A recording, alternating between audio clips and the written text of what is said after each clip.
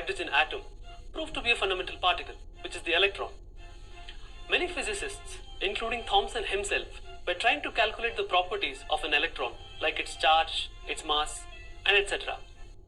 Do recall that Sir Thomson's experiments from 1897 gave us the charge to mass ratio. The next significant breakthrough came almost a decade later when in 1909 the American physicist Robert Andrews Millikan measured the charge of the electron. For his experiment, he created an ingenious apparatus which looks like this. As you can see, this complicated chamber has many parts. So why don't we start with the charged metal plates? The plate on the top, that is, which looks like this.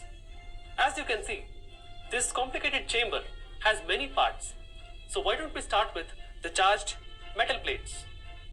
The plate on the top is positively charged and it has a small opening, while the bottom metal plate is negatively charged. The atomizer creates a superfine mist of droplets of the oil which then fall through the tiny hole on the positively charged metal plate. The idea is to get the drops to pick up electrons and thus get charged. At the risk of stating the obvious, gravity will cause the droplets to fall down. But if the droplets acquire a charge, then the charged metal plates could be used to counter the effect of gravity. A special type of radiation called the X-rays were used to ionize the gas present in between these two plates. Between the two plates, there is a light source and a viewing microscope which allowed Millikan to view the falling oil drops. Now, when the oil droplets fall through, they pick up electrons and thus acquire a negative charge. Since like charges repel each other and opposite charges attract, the effect of the charged plates will try to slow down the falling droplets. The next step in this experiment is inspired genius. Millikan fiddled with the strength of the electric force on the droplets, as in, he could control or change the strength of the electric field between these two plates. With the electric field off, Millikan measured the mass of the droplet from its rate of fall. Now, by turning on the field and varying its strength, he could make the drop fall more slowly, rise, or be suspended mid-air.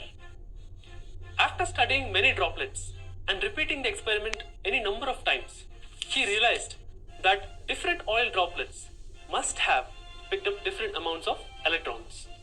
He then reasoned that since each drop must contain an integral or whole number multiple of electrons, the charge of each drop must be a whole number multiple of the charge of an individual electron.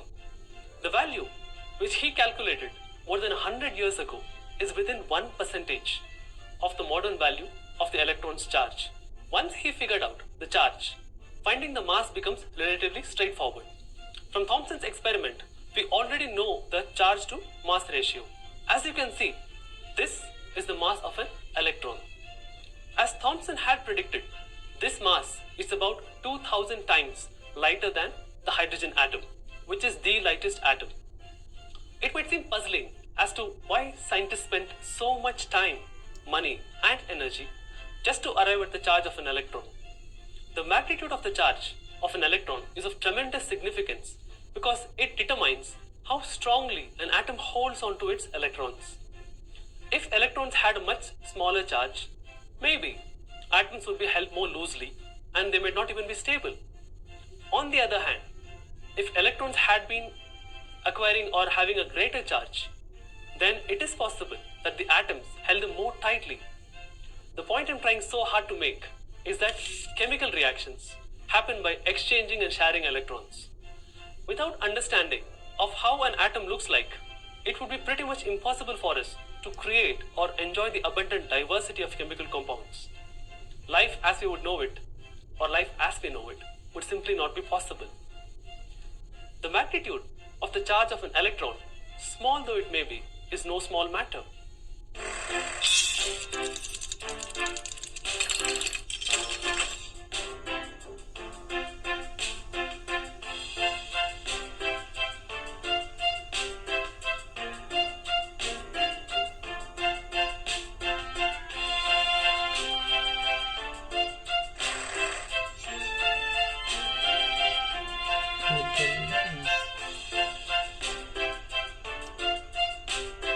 Milikan oil drop experiment.